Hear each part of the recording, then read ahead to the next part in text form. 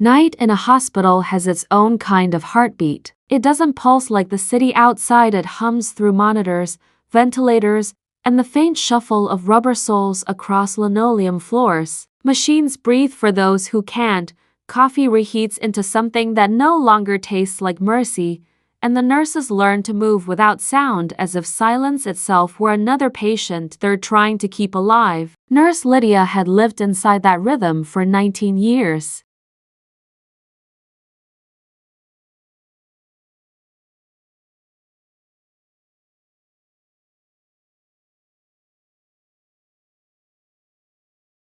Long enough to know that silence never means calm. In a hospital, quiet is just the sound before something breaks. That week, something else was breaking, not a body, not a machine, but a man. Dr. Álvaro, her attending physician, the one she'd worked beside for more than a decade, was changing. Not all at once, the kind of change that slips in quietly, the way exhaustion becomes habit, the way a hand forgets how to stop shaking. It began as hesitation, a pause before prescribing.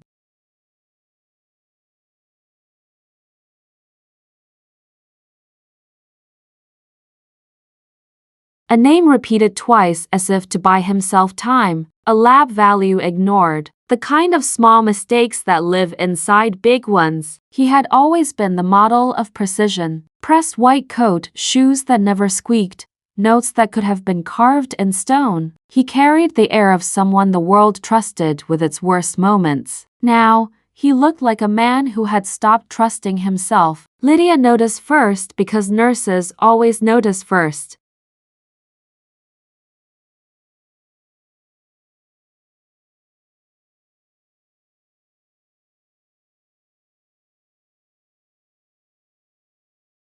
We live in the pauses, in the glances, in the subtle wrong notes the world misses. It began with something small, a potassium check on bed 12. "Doctor," she asked softly, "did you already review the potassium for bed 12? He looked up, tired eyes searching for memory. A flicker of confusion barely there, then the mask returned. "Of course," he said, "I've already checked it," but the chart told another story. He hadn't. The lab was still pending.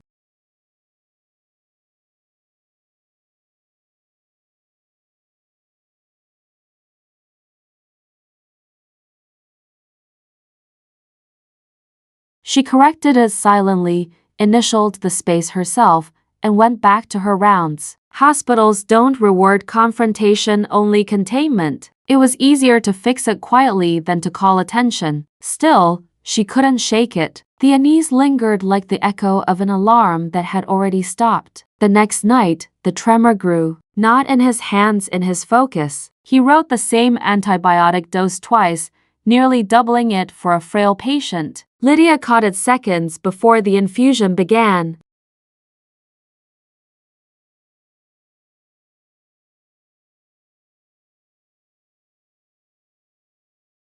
She stopped the pump, rewrote the order, and signed his name with hers beside it. When she looked up, he was watching the floor. For a moment, he seemed smaller, like the room itself had outgrown him. That's when she saw it clearly. His handwriting wasn't shaky because of age. It was shaking because something inside him was slipping. The letters leaned in different directions, like they'd lost their balance. She wondered how long it had been happening and how many people hadn't noticed.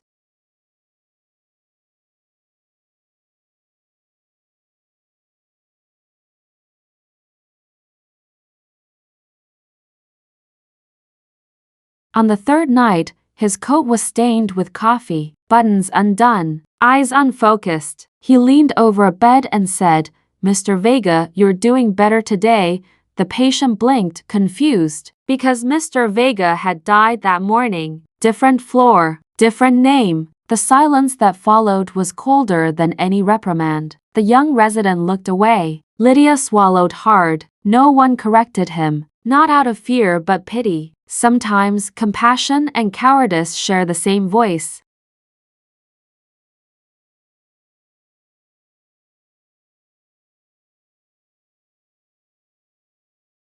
Later, in the break room, he sat with his elbows on his knees, a paper cup cooling between his hands. Lydia entered quietly. He didn't look up. "Long night," she said. "They all are," he murmured. Then, after a long pause, almost to himself, "Sometimes I think the night is just another patient. One will never discharge." She didn't answer. Silence in hospitals was often the purest form of care. At 3:12 a.m.,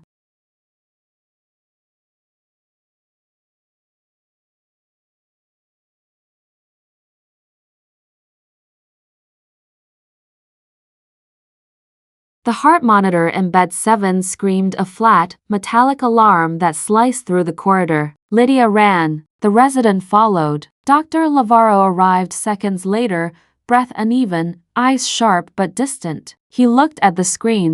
"Sinus tachycardia," he said automatically. Lydia frowned. It wasn't tachycardia. It was a fib. "Doctor," she began, but he was already adjusting the drip. Realization hit a second too late. He froze, then corrected himself, calling for the proper medication.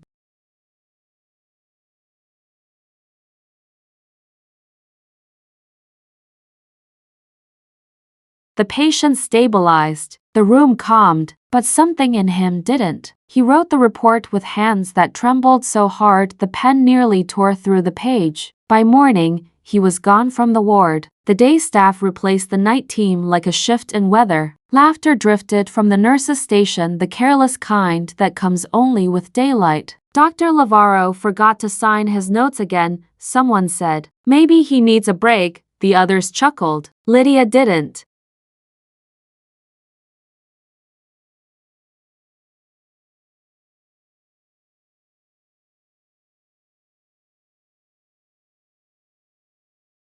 Because she knew it wasn't fatigue anymore. It was something deeper, something that doesn't clock out. She watched the strip of light under his office door. It flickered, then went still. Protecting him once had been mercy. Doing it again might be betrayal. As she walked out into the sunrise, the glass of the hospital mirrored her reflection, a woman divided between duty and affection. Behind her, the machines hummed like distant confessions.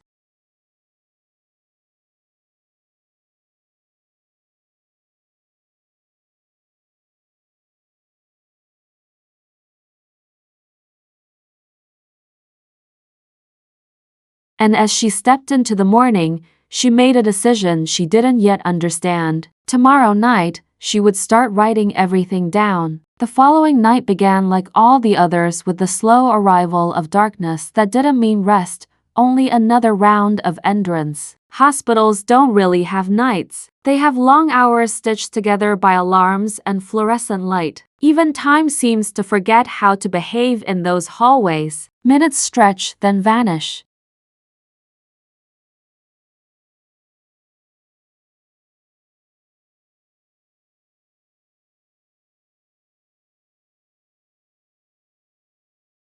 Shifts end, but the echoes remain. Lydia clocked in at 7 sharp. The smell of disinfectant hit her like memory. Same halls, same faces half hidden behind masks, same vending machine humming its endless lullaby. But she felt the difference before she even reached the station. Dr. Álvaro's office door was open, a sight that used to be rare. He was inside, staring at a CT scan pinned to the wall, but his eyes weren't really reading, they were lost in the glow.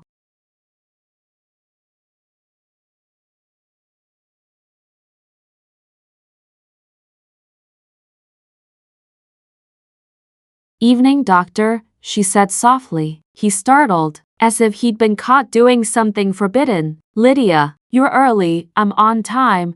He nodded absently, still looking at the scan. "I was just reviewing an old case." She recognized the patient's name, someone who died months ago. There was no judgment in her face, just a quiet ache. The floor was light that night, only 12 patients. But quiet doesn't mean easy. Quiet is just a way for fear to whisper louder. At p.m.,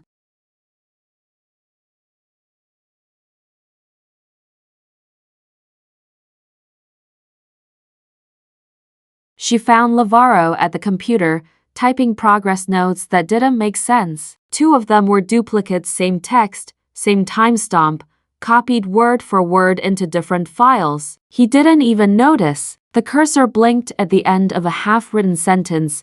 Patient is responding well to treat. He froze, hands still. The line stayed unfinished. Lydia touched his shoulder. Doctor? He blinked as if waking from a trance. Oh, yes, sorry, just tired. The lie was gentle, but it was still a lie.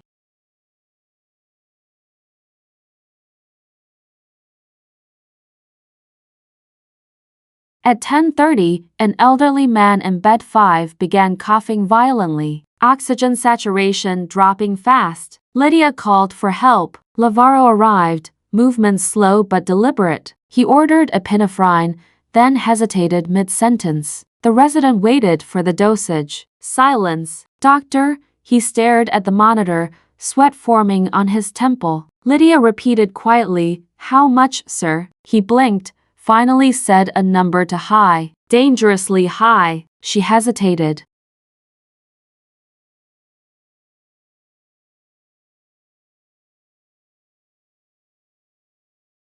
Every instinct screamed to correct him, but hierarchy is its own kind of illness in medicine. She glanced at the resident who looked terrified. Then she said firmly, "I'll prepare 0.1 milligrams, doctor."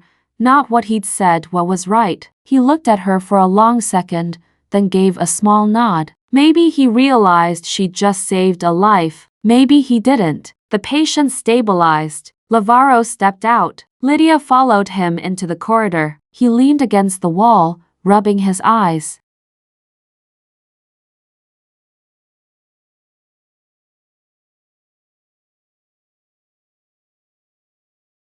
"I knew that," he muttered. "I just mixed the decimals." She didn't answer. He looked up at her, voice low. "You won't report that, will you?" She hesitated to long for comfort. Then, "No, I'll note the correction, that's all, thank you." He tried to smile, but it came out more like a tremor. By midnight, the ward felt colder. Maybe it was the air conditioning. Maybe it was guilt. Lydia sat at the nurse's station, typing the night's notes.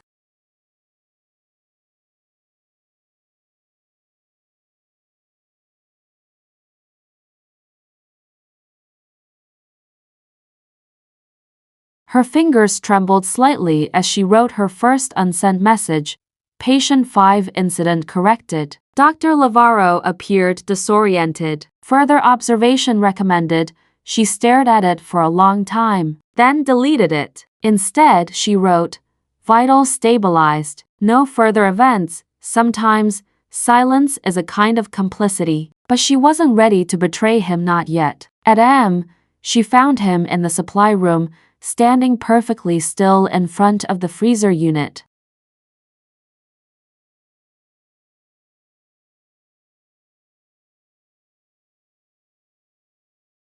Inside were vials of blood samples, labeled and sealed. He was holding one between his fingers, reading the label aloud. "Castillo R." he murmured. "He was a good man." Lydia froze in the doorway. "Dr. Castillo died 2 years ago." He blinked. "I know," he said softly, "but sometimes I still check on him." There was no madness in his tone, just grief. The kind that refuses to leave. The kind hospitals teach you to hide.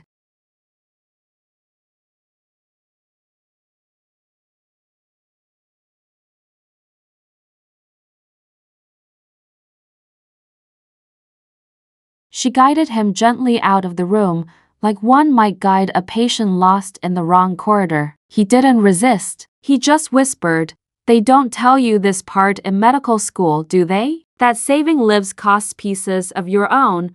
Around 3, the intercom buzzed. "Code blue, room 14." Both ran. The patient was already gone by the time they arrived. A young woman, cardiac arrest. The team moved mechanically, the choreography of loss.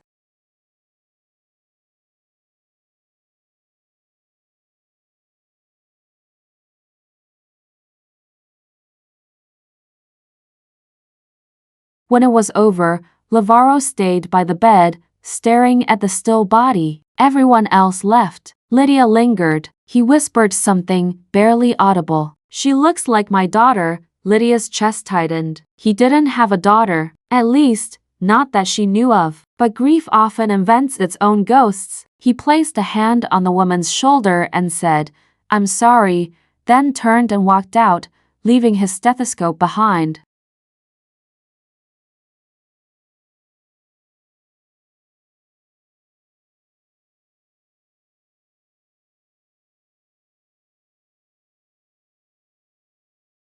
At dawn, the ward felt suspended between two worlds, the dying night and the awakening day. Lydia found the stethoscope still lying on the sheet, the tubing curled like a question mark. She picked it up and tucked it into her pocket. In the corridor, she heard his voice in the doctor's lounge, talking to someone, except no one answered. When she stepped inside, she saw him alone, speaking into the empty air. "I just need a few more weeks," he said softly.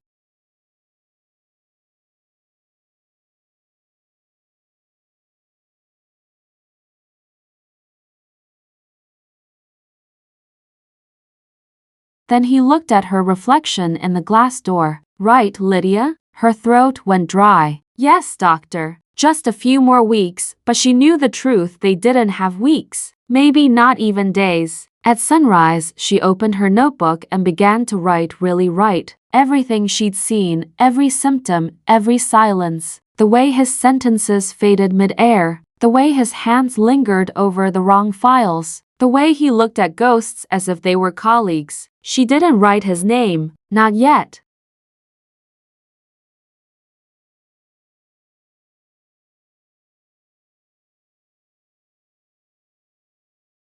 Only initials, a for Álvaro, and beneath it, "Some lives are saved by protocol, others are saved by love." I don't know which one this will be. When the day shift arrived, she handed over her reports as usual, smiled, and left without a word. But as she crossed the parking lot, her phone buzzed. A message from the day nurse. "Dr. Álvaro didn't show up this morning. His office is locked. Should we call someone?" The sun rose higher, burning the glass of the hospital into gold.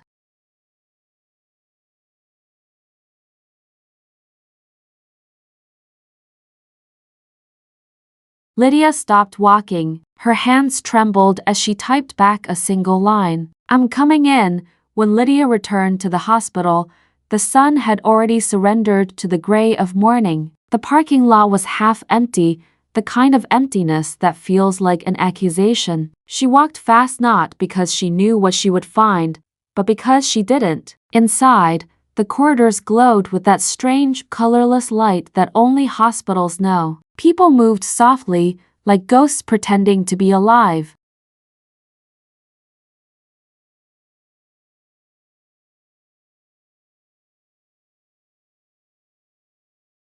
Her badge beeped against the sensor, the door clicked, and suddenly she was back inside the rhythm she thought she'd escaped. The day nurse met her at the station. "Still no sign of him," she said quietly. "We called his house." No answer. Her voice carried that mix of fear and bureaucracy only medicine can create, the fear of losing someone, and the fear of having to write it down. Lydia nodded once. "I'll check his office." The office door was locked. Always a bad sign.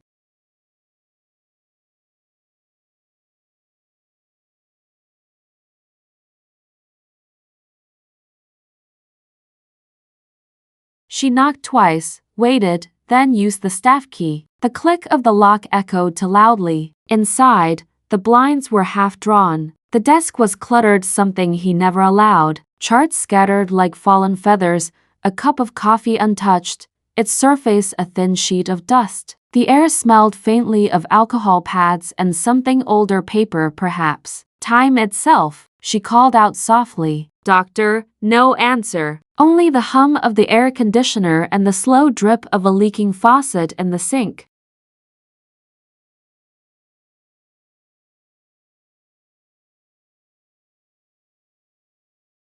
On the chair was his coat, neatly folded. That alone made her stomach twist. Álvaro never left without his coat. And beside it, a notebook. The first page was blank, the second wasn't. His handwriting, careful and deliberate, filled half a page. There is a difference between forgetting and being forgotten. One happens quietly inside the brain, the other inside the world. She sat down slowly, afraid to turn the next page as if doing so would make everything real.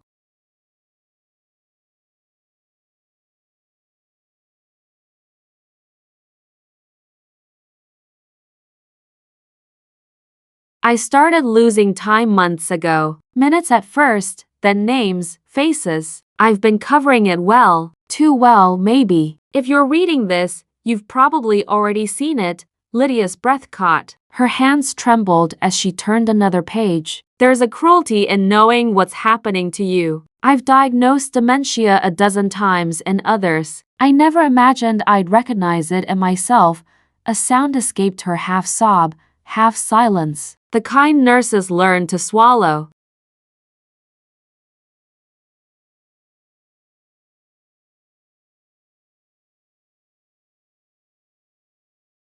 He'd written more, notes about lost prescriptions, moments of confusion he'd hidden, patients he feared he'd misremembered. It wasn't denial, it was confession. Every line was a pulse of guilt. I thought I could manage it. The hospital is my body, the corridors my veins. I didn't know how to live outside it. But lately, I find myself walking into rooms and not knowing what I came to heal.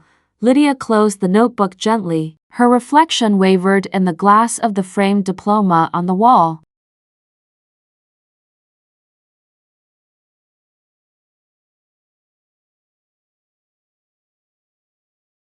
She looked at his name printed in gold letters and realized it was already starting to fade in her mind too. She had protected him out of loyalty. Now she realized she might have been helping him disappear. A knock on the door startled her. It was the resident from last night, Mateo, barely 30, still carrying the shine of newness. Did you find him? He asked. No, she said quietly, but something in her tone made him hesitate.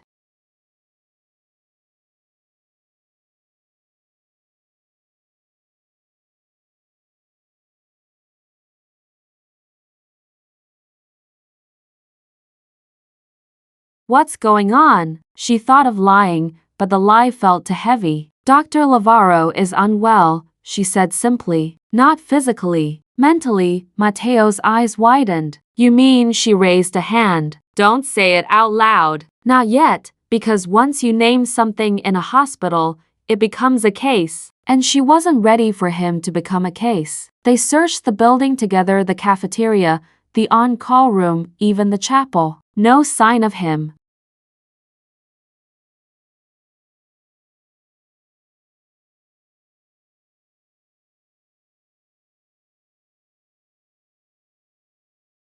It wasn't until nearly noon that a janitor mentioned seeing him hours earlier, leaving through the west exit. He'd been carrying a patient file under his arm. What file? Lydia asked. The janitor shrugged. Didn't see, but he was crying.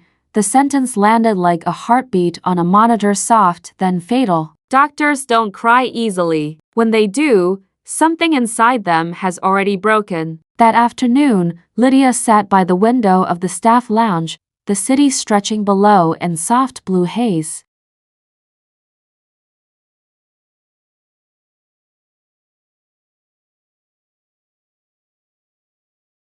She held his notebook in her lap, its edges already smudged from her fingers. She could turn it in. That would be the professional thing, the safe thing, the right thing depending on who you asked. But the thought of him sitting somewhere alone, mind unraveling piece by piece, made her chest ache. Hospitals are built on rules, but survival often depends on the ones we break quietly. She opened her phone and typed a message to his last known number.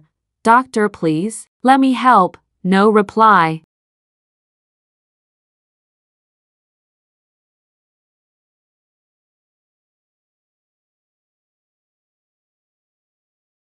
Evening returned. The ward lights dimmed to their ghostly hue. Lydia stayed late, watching the monitors flicker. Every beep felt like a reminder that somewhere, one of their own was fading without anyone noticing. Around p.m., her phone vibrated. A new message. Unknown number. Meet me at the old surgical wing, East Corridor. Don't tell anyone. Her pulse quickened. It wasn't signed, but she knew the voice behind it.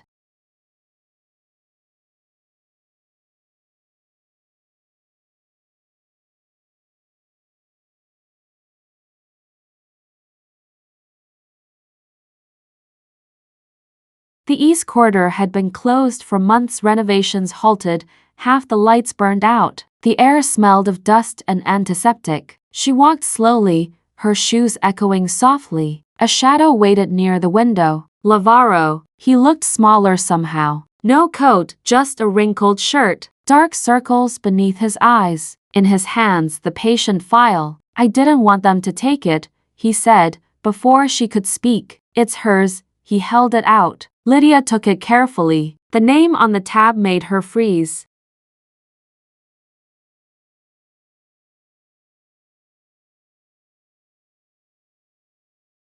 Mariana Álvaro, her voice broke. Doctor, who is she? He smiled faintly. My wife. She died here 5 years ago. Lidia felt the room tilt. She'd never known. No one had. He stepped closer, his expression calm, almost peaceful. They told me it was an aneurysm. I was on call that night. Different floor, different patient. I wasn't there when she died. I never forgave myself. He looked past her, through the cracked window, at the city lights beyond.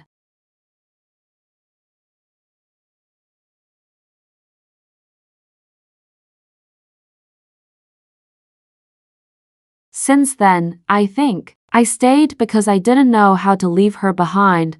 Lidia's throat tightened. Doctor, you need help. He laughed softly. I have help. You're here. She shook her head. Not that kind. You need medical help. He smiled again, gentle, distant. I've already diagnosed myself. He turned toward the window, hands resting on the cold metal frame. I thought I could manage it. Hide the confusion. Work through it.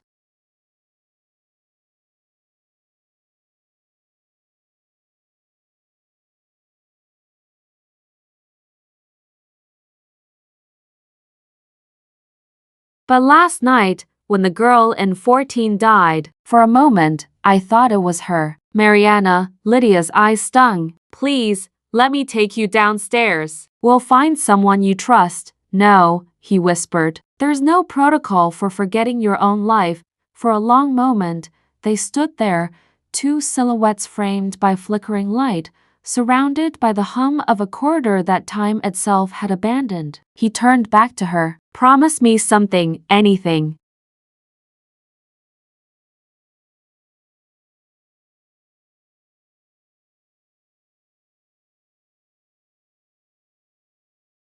When I can't remember who I am, remind me that I try to be good. She nodded, tears slipping soundlessly down her face. He smiled and then his body swayed, his hand gripping the frame for balance. She rushed forward, catching him just as his knees buckled. Doctor, his eyes fluttered. For a heartbeat, he looked through her, then past her, and whispered a name that wasn't hers. Mariana. For a moment, everything stopped.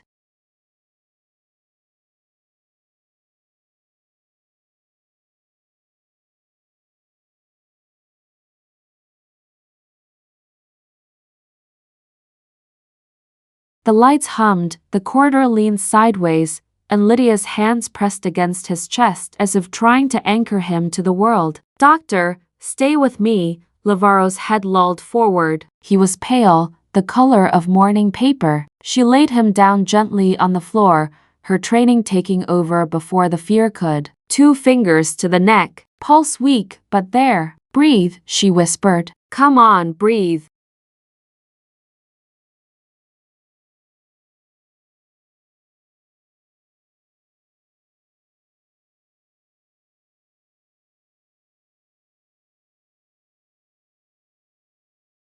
The irony of the moment didn't escape her after all these years saving others.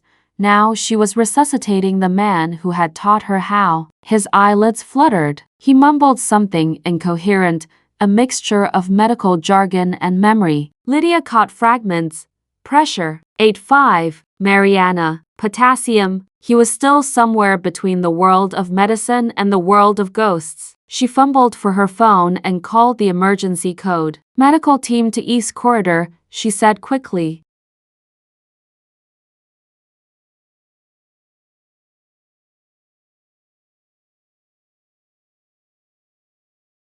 Possible syncopal episode, male physician, mid-50s, then she dropped the phone and pressed her hands to his sternum. Steady, firm compressions. 1, 2, 3. Her own heart matched the rhythm, each beat echoing with guilt. She should have spoken sooner, should have told someone, should have saved him before he needed saving. When the rapid response team arrived, they took over with clinical precision. To them, he was just another code.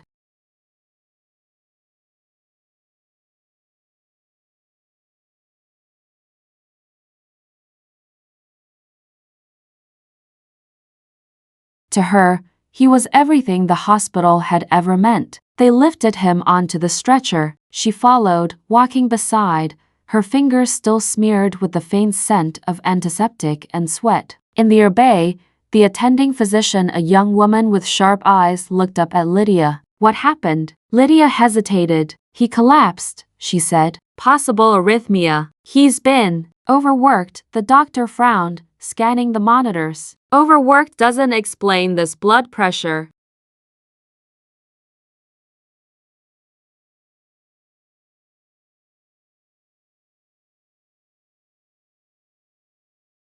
She didn't push further, but her tone said what her words didn't. There's more here. There's always more. Hours passed. Lydia sat outside the observation room, watching him through the glass. The monitors painted his life in flickering light, heart rate, oxygen, blood pressure all steady for now. In her lap lay the patient file he'd been holding when he collapsed. The name Mariana Álvaro stared up at her like a wound that refused to close. She opened it slowly, half afraid of what she'd find.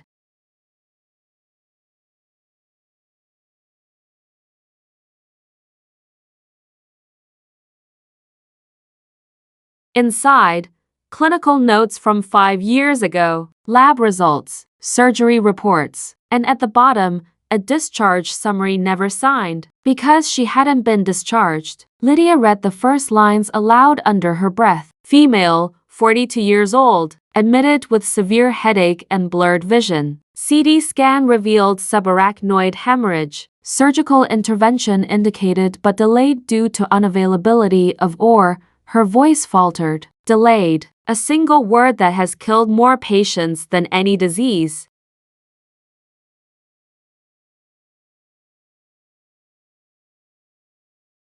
Her eyes moved to the next line. Attending. Dr. Álvaro Silva. He had been on duty that night. He had written the order himself. But then a second signature. Illegible. Another doctor's handwriting. Someone who had taken over the case after him. She leaned closer, tracing the ink with her fingertip. The name came into focus. L. Morera. Her. The world tilted again. For a second, she couldn't breathe. Her name in his wife's file.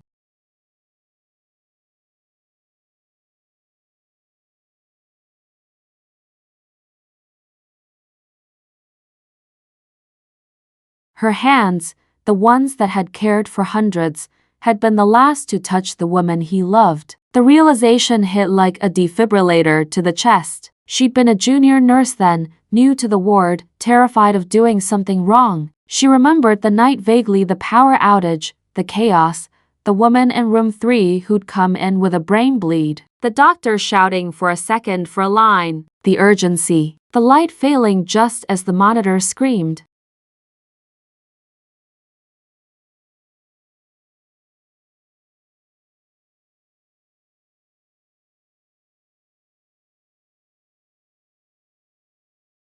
She remembered doing everything by the book, everything, but it hadn't been enough. Now, reading the notes, she saw the timeline. The surgery had been delayed 37 minutes. She'd been the one to mark the time of death. Her pen, her handwriting, her fault at least, in his eyes. A hand touched her shoulder. She jumped. It was Matteo. He looked exhausted. They stabilized him, he said quietly. He's awake. Confused but responsive, she closed the file quickly, her fingers trembling.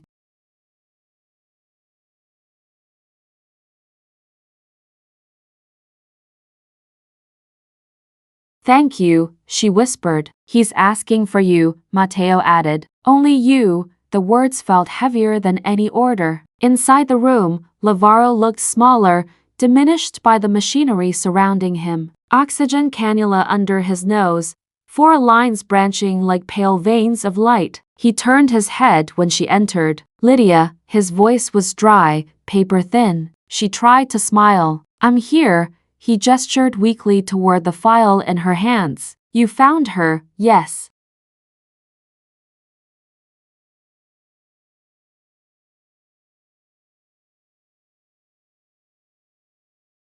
Silence filled the room like a third presence. She died waiting for a room, he said. I told myself I'd made peace with that, but I didn't. I blamed the system, then I blamed myself. Then, everyone else. His eyes found hers. I remember your name now. You were there that night. She nodded, unable to speak. I thought you'd forgotten, he said. No, she whispered. I never do. He took a slow breath, eyes distant. I used to think memory was mercy, but it's not. It's a scalpel.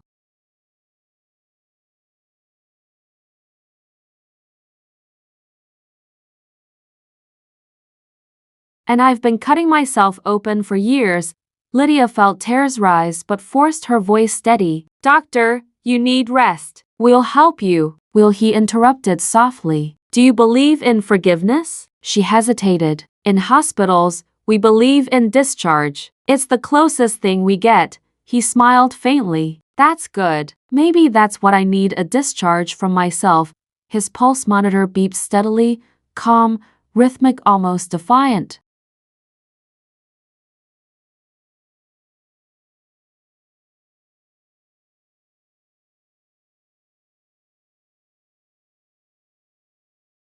I kept working, he continued, because I thought if I saved enough lives, one of them might count for hers. But that's not how it works, is it? She shook her head. No, doctor. It never works that way. He closed his eyes. I know, but I had to believe it. The nurse from ICU entered quietly. We'll transfer him soon, she said softly to Lydia. He opened his eyes again. I don't want the ICU, he murmured. Too many machines. Too much remembering.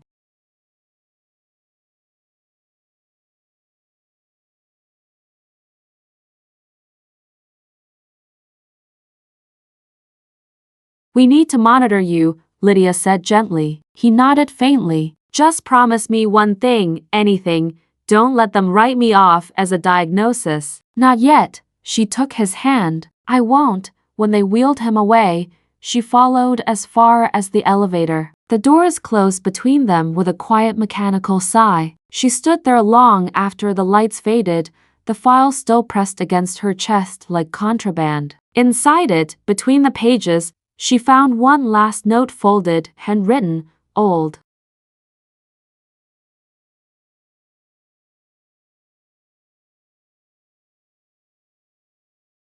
She opened it carefully. Lydia, if you ever read this, know that I forgave you long ago. You did what you could. The world failed us both. I kept your name in the file because it was the only way to remember who stayed until the end. Her knees nearly gave out. She slid down the wall, clutching the note, the fluorescent light above flickering like a dying pulse. Hours later, as dawn crept through the blinds, she sat alone in the break room, the file open before her.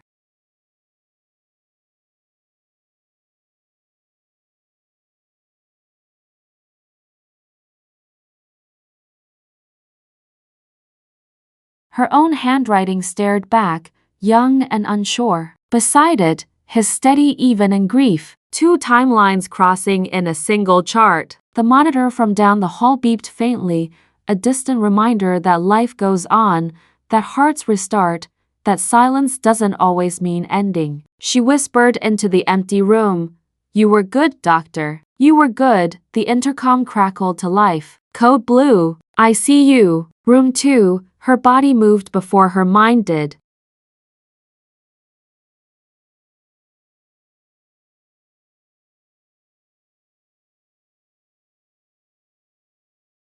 Running again, down the endless corridor, toward the one sound she both feared and lived for. And as she reached the door, the monitor flatlined. The corridor stretched before her, long and merciless. Every step echoed against tile and metal, the rhythm of panic disguised as purpose. Lydia burst through the ICU doors. Room 2. The sound hit first flatline, that sharp, endless note that makes time stop. Doctors moved in quick, practice motion, defibrillator pads pressed to Álvaro's chest.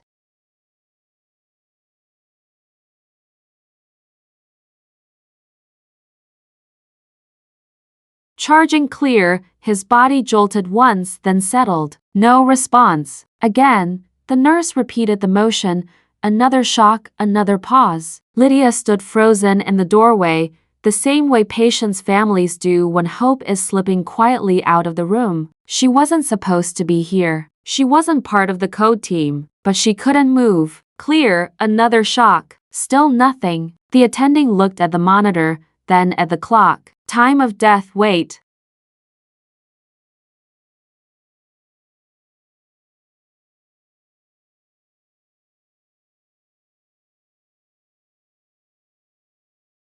Lydia's voice sliced through the air. She stepped forward, eyes locked on the line that refused to move. One more. The doctor hesitated, saw the determination in her face and nodded. Clear. The jolt rippled through him again, and this time, the monitor stuttered. A flicker, a heartbeat. Weak, unsteady. But there. The team exhaled as one. They stabilized him, voices low, clinical again. The rhythm steadied. Life, tentative but stubborn, crawled back into the room. Lydia's knees gave out.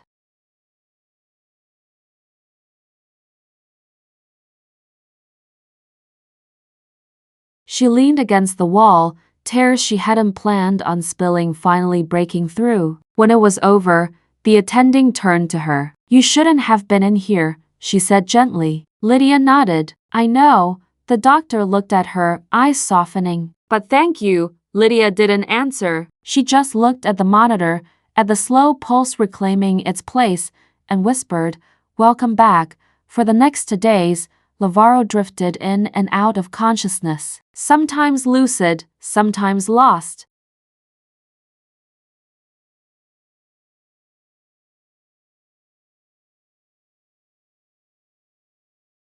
He spoke in fragments, half memories, half medicine, names of patients long gone, procedures no one performed anymore, and always, at the edge of it, her name. On the 3rd night, he woke fully. The moonlight through the blinds cut the room into pieces of silver. Lydia sat by the bed, writing notes on a pad she wasn't supposed to keep. He looked at her and smiled weakly. You came back, I never left. He nodded slowly, eyes clouded but kind.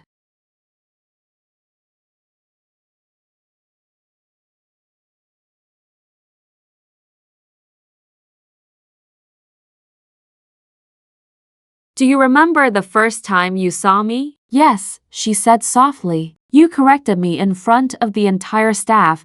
He chuckled, a sound somewhere between apology and nostalgia. I thought I was teaching you. Turns out, you were teaching me. She smiled, tears gathering again. About what? About mercy. He looked toward the window. Everything we do here leaves ghosts. People we couldn't save. Things we forgot. But mercy. That's the only thing that outlives us. Lydia reached for his hand.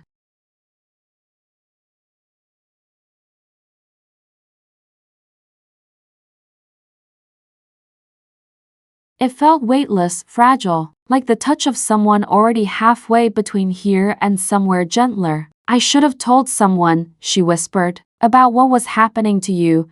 He shook his head faintly. You told the right person. Yourself. His eyes closed for a moment. When the mind starts to fail, it's not the forgetting that hurts, it's remembering what used to be easy. She nodded, gripping his hand tighter. You're safe now.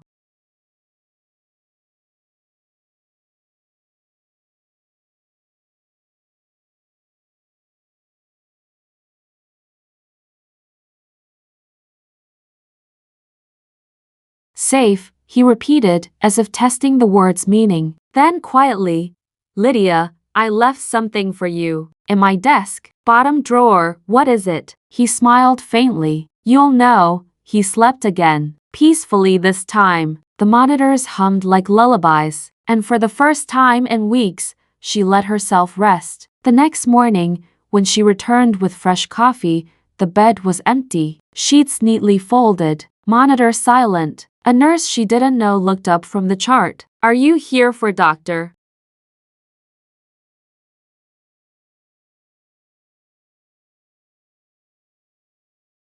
Álvaro, Lydia nodded, unable to speak. The nurse's tone softened. He passed at sunrise. Peacefully, sunrise. Always sunrise. Hospitals love that word. It makes endings sound like beginnings. Lydia stood there for a long time, coffee cooling in her hand, until the smell of it turned from comfort to ache. Later that day, she went to his office. It had already been half cleared, personal items boxed, certificates stacked on the desk. The blinds were open for the first time in years.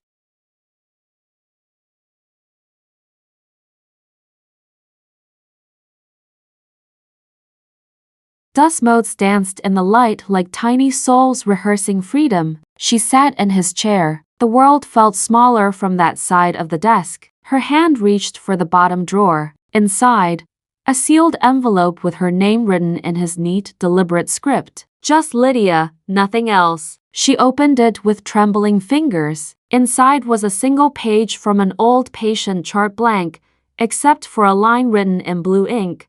Vital signs are more than numbers.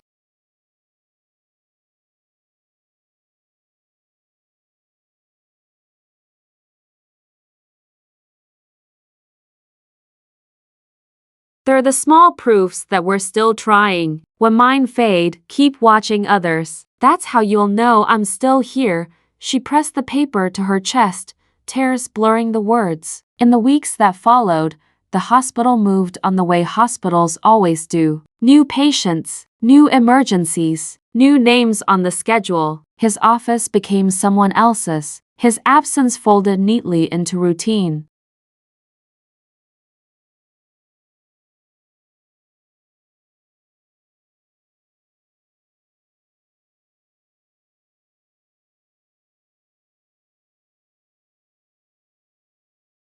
But some nights, when the machines hum low and the corridors exhale their lonely breath, Lydia still feels a presence walking beside her. A faint echo of his footsteps, a whisper near the monitors, check the potassium in bed 12. She smiles then quietly and adjusts the settings because old habits die slower than people. One evening, she's training a new nurse, young, confident, afraid of being afraid. The girl asks, how do you deal with it? The loss, I mean.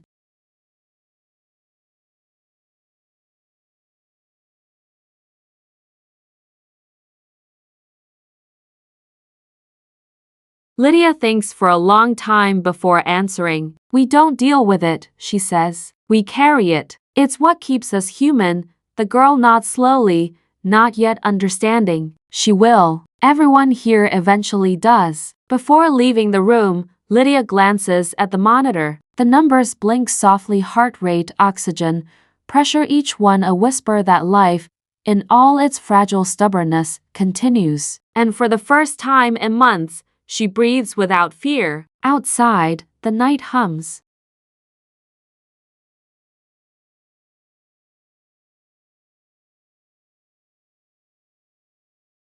The same old rhythm, machines breathing, coffee cooling, footsteps echoing down linoleum halls. Lydia walks through it all, her shadow long and certain. She reaches the window at the end of the corridor and looks out at the city lights flickering like EKGs against the dark. She whispers to the silence, half prayer, half promise. I'll keep watching, Doctor, for all the signs that still matter.